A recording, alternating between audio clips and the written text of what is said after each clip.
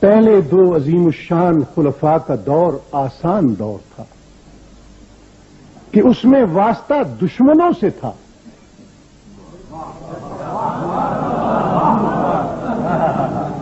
اسلام کے پہلے دو عظیم الشان خلفاء کا دور آسان دور تھا کہ اس میں واسطہ دشمنوں سے تھا، مرتدوں سے تھا، منکرین زکات سے تھا، مگر جناب علی کے مقابلے میں خود مسلمان کہلانے والے بزرگ تھے. آپ نے اپنے عمل سے سبق دیا کہ جب کلمہ گو مسلمان بھی اسلامی نظام کے خلاف بغاوت برپا کر دیں تو ان کے خلاف تلوار اٹھانا بھی عین شریعت کے مطابق. اور ہاں، آج اس کا جشن ہے جس نے ساری دنیا میں اسلام کی فتوحات کا رستہ ہموار کیا. کچھ لوگ کہتے ہیں، اور معلوم نہیں نادانی سے کہتے ہیں یا شرارت سے، مگر کہتے ہیں کہ حضرت علی کے عہد میں فتوحات نہیں ہیں، کیسر و کسرا کے تخت نہیں الٹے. میں کہتا ہوں انصاف شرط ہے. خود ہی بتاؤ، اگر بنیاد رکھنے والے نے اس کی بنیاد نہ رکھی ہوتی تو تاج محل بن سکتا تھا.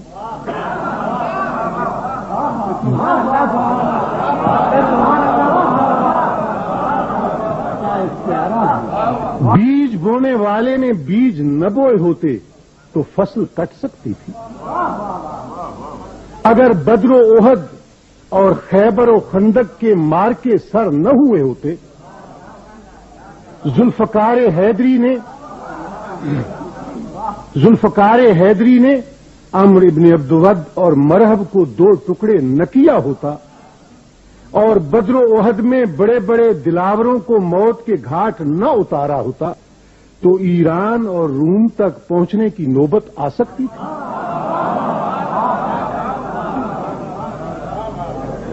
ضرب ید اللہی کو اسلامی فتوحات کی تاریخ سے نکال دو گے تو باقی ہی کیا بچے گا؟ جس کی اولاد جیسی اولاد چشم فلک نے نہیں دیکھی. تاریخ کسی ایسے دوسرے خاندان کو پیش نہیں کر سکتی جو حکومت میں نہ ہو مگر پھر بھی دلوں کا حکمران ہو، جس نے ظلم و ستم اور آمریت و استبداد کے ہر دور میں لگاتار قربانیاں پیش کی ہوں. حضرت علی کا نام ایک ایسا پرچم ہے جس کے نیچے ہر مظلوم آ کر کھڑا ہو جاتا ہے. ہمیشہ کے لیے ایسا فرق پیدا کر گئے کہ بعد کے کسی دور میں باطل کو حق سے بیعت طلب کرنے کی جرأت نہیں ہو سکتی. باطل نے حق سے پھر کبھی بیعت طلب نہ کی. باطل نے حق سے پھر کبھی بیعت طلب نہ کی. پھر کوئی کربلا نہ ہوئی کربلا کے بعد. سبحان اللہ. جب بنو امیہ اور بنو عباس کے حکمرانوں نے ظلم کا بازار گرم کر رکھا تھا تو یہ خانوادہ رسول اور علوی خاندان کے چشم و چراغ ہی تھے جو اپنے گریبانوں کا پرچم لے کر اٹھے اور مظلوموں کی آواز بن گئے. امام حسین کے پوتے جناب زید نے ہشام کے دور کے خلاف تحریک منظم کی اور حضرت امام حسن کے پوتے جناب نفس زکیہ نے منصور عباسی کے بالمقابل جان کی بازی لگا دی. اور دور کیوں جاتے ہو، امام خمینی کو دیکھ لو. ایک شہنشاہ وقت کو اس بوریا نشین درویش نے جس طرح شکست فاش دی ہے وہ تاریخ کا کوئی کم عجوبہ ہے؟ اس طرح جب جب تاریکی بڑھی، خاندان رسالت سے، خانوادہ سادات کے افق سے، اس طرح جب جب تاریکی بڑھی، خاندان رسالت سے، خانوادہ سادات کے افق سے ایک نہ ایک ستارہ ٹوٹا اور اس نے اپنی روشنی سے روحوں کی نگری میں اجالا کر دیا۔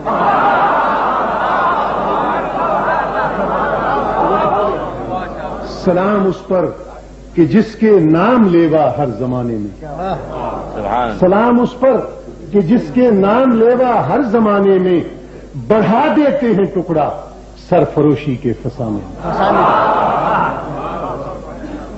تاریخ اسلام میں جتنے مشاہیر ہیں سب ہمارے سروں کے تاج ہیں، جتنے صحابہ کرام ہیں ہماری آنکھوں کا نور اور دلوں کا سرور ہے، مگر ان میں سے کون ہے جس کی دوسری یا تیسری نسل کے کسی فرد کا نام بھی ہم جانتے ہیں؟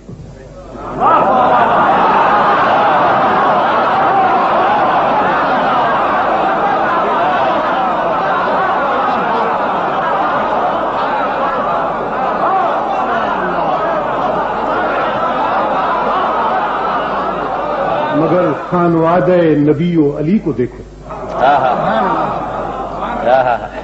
کس طرح صدیوں سے اب تک چراغ سے چراغ جلتا چلا آ رہا ہے،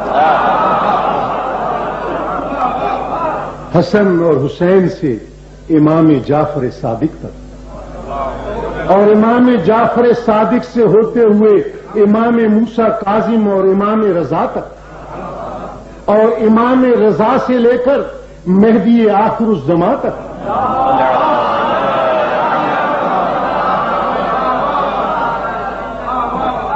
کتنے چاند ستارے ہیں جو آسمان اہل بیت پر جگمگ جگمگ کر رہے ہیں۔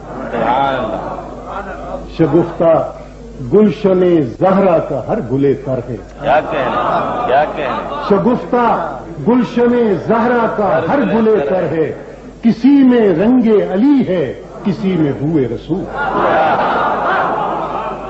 اور دوستو، ان تذکرہ نگاروں کی زیادتی کا کیا پوچھتے ہو؟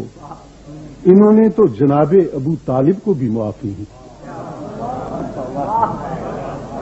غضب خدا کا وہ تاریخ بھی آج اسلامی تاریخ کہلاتی ہے جو ابو سفیان کے ایمان کا تو یقین دلاتی ہے،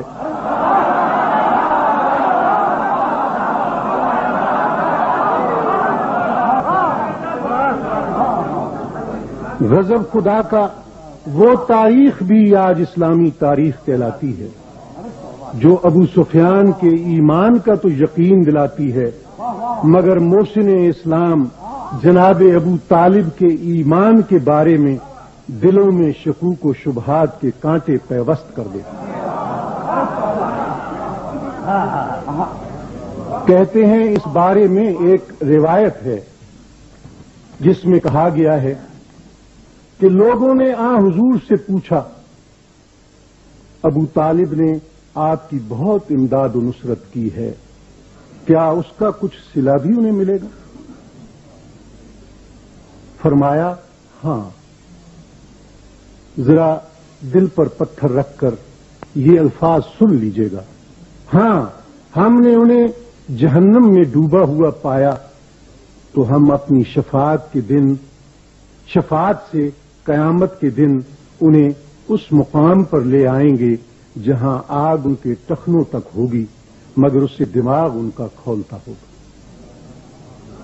اس کو جانے دیجئے کہ قرآن کہتا ہے وَمَن يَشْفَعُ عِندَهُ إِلَّا بِإِذْنِهِ،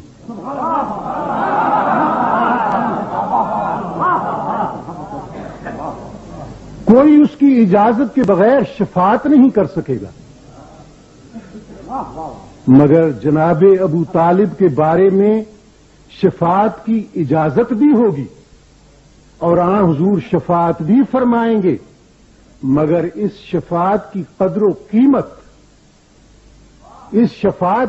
و قیمت اللہ کے نزدیک یہ ہوگی کہ انہیں دوزخ سے نہیں نکالا جائے گا، آگ سے ان کا دماغ کھولتا رہے گا، اور اسلام اور پیغمبر اسلام کے احسانات کا یہ صلہ کون دے گا؟ جو قرآن میں کہتا ہے حل جزاء الاحسان الا الاحسان، احسان کا صلہ احسان کے سوا کچھ نہیں۔ اور سبحان اللہ، حضرت ابو طالب کے احسانات کا کیا اچھوتا بدلہ ہے جو ہم لوگوں نے آپ کو عطا کیا۔ حضرت ابو طالب کی نیکیاں تو اتنی بھاری ہیں کہ خدا کی قسم ساری دنیا کے انسانوں میں تقسیم کر دی جائیں تو کوئی دوزخی نہ رہے۔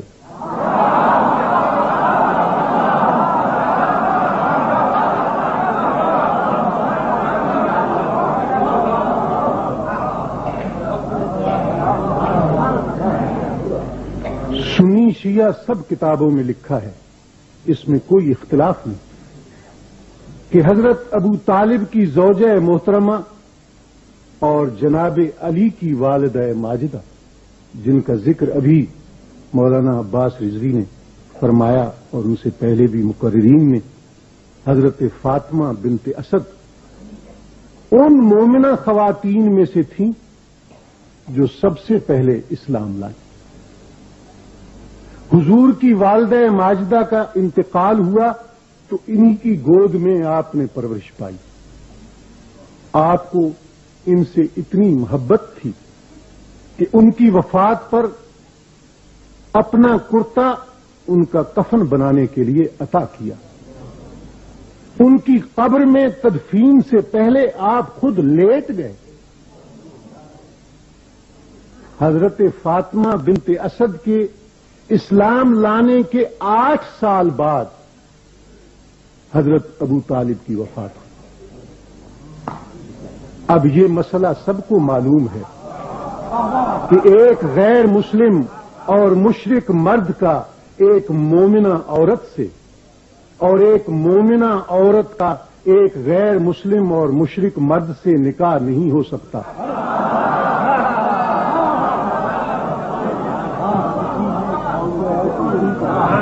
نکاح ہو جائے تو ٹوٹ جاتا ہے، مگر جناب ابو طالب 8 سال ایک مومنہ بیوی کے ساتھ رہتے ہیں، حضور انہیں علیحدہ نہیں کراتے۔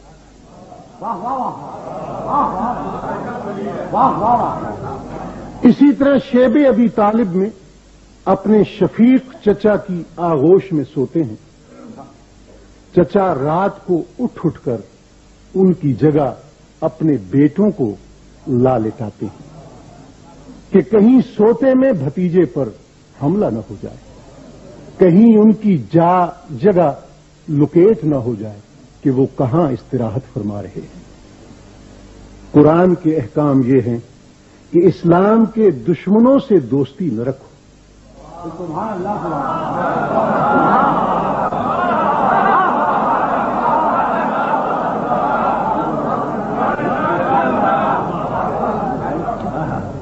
قرآن کے احکام یہ ہیں کہ اسلام کے دشمنوں سے دوستی نہ رکھو، مگر آپ خاتم بدہن ان آیات قرآنی کو بھول جاتے ہیں اور قدم قدم پر اپنے غیر مسلم چچا کی امداد و نصرت حاصل کرتے ہیں۔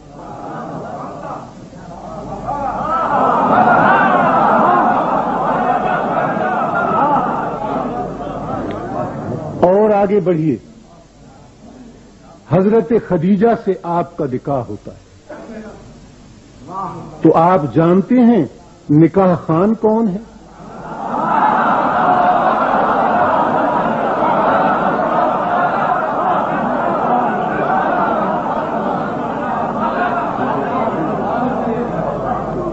خطبہ نکاح کون پڑھتا ہے؟ جس کو شک ہو مولانا شبلی نعمانی کی سیرت النبی ہی اٹھا کر دیکھ لے۔ اس میں کسی مورخ نے اختلاف نہیں کیا کہ خطبہ نکاح جناب ابو طالب نے پڑھا.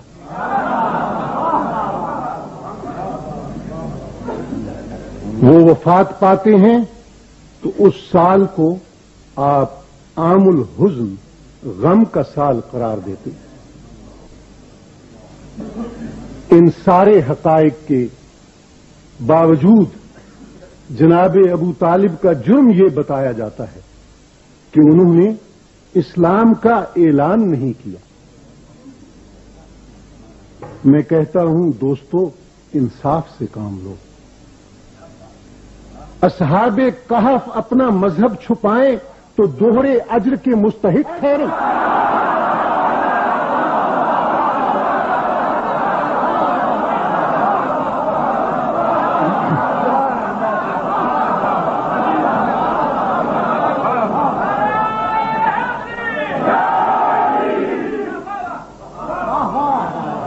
اصحاب کہف اپنا مذہب چھپائیں تو دوہرے اجر کے مستحق ٹھہریں، اور ابو طالب اسلامی مصلحتوں کی وجہ سے اسلام کا اعلان نہ کریں تو کافر و مشرک قرار پائیں. یہ تو وہی بات ہوئی کہ تمہاری زلف میں آئی تو حسن کہلائی.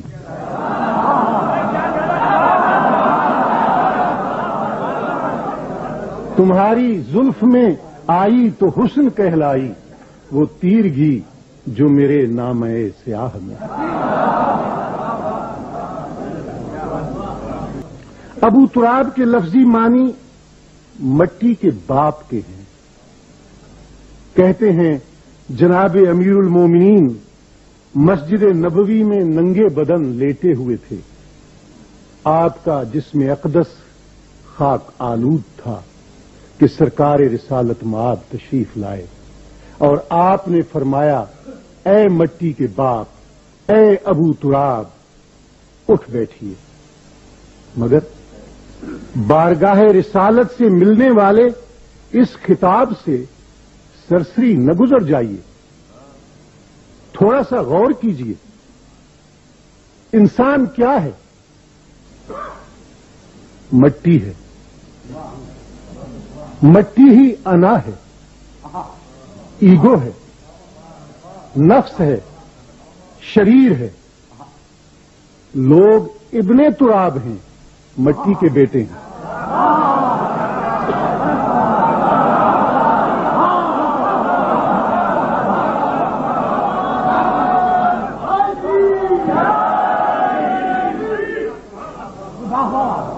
لوگ ابن تراب ہیں، مٹی کے بیٹے ہیں، نفس کے غلام ہیں، انا کے مریض ہیں.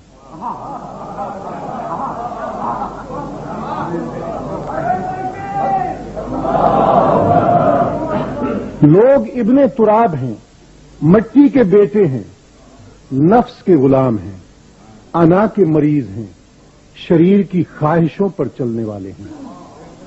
مگر علی ابو تراب ہیں، مٹی کے باپ ہیں، نفس کی باغیں ان کے ہاتھ میں ہیں. اپنی انا پر، اپنے شریر پر ان کا حکم چلتا ہے.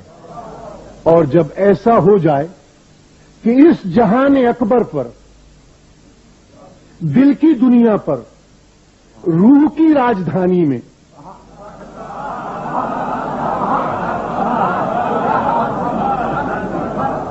اور جب ایسا ہو جائے کہ اس جہان اکبر پر، دل کی دنیا پر، روح کی راجدھانی میں کوئی حکمران بن جائے تو پھر باہر کی دنیا جو جہان اصغر ہے،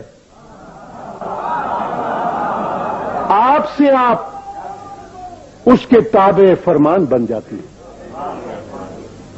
پھر وہ اشارہ کرتا ہے اور ڈوبا ہوا آفتاب پھر سے سامنے آ جاتا ہے. اقبال نے اسی بات کو اپنے شعر میں یوں ادا کیا کہ ہر کے در آفاق گردد بو تراب، ہر کے در آفاق گردد بو تراب، باز گرداند ز مغرب آفتاب.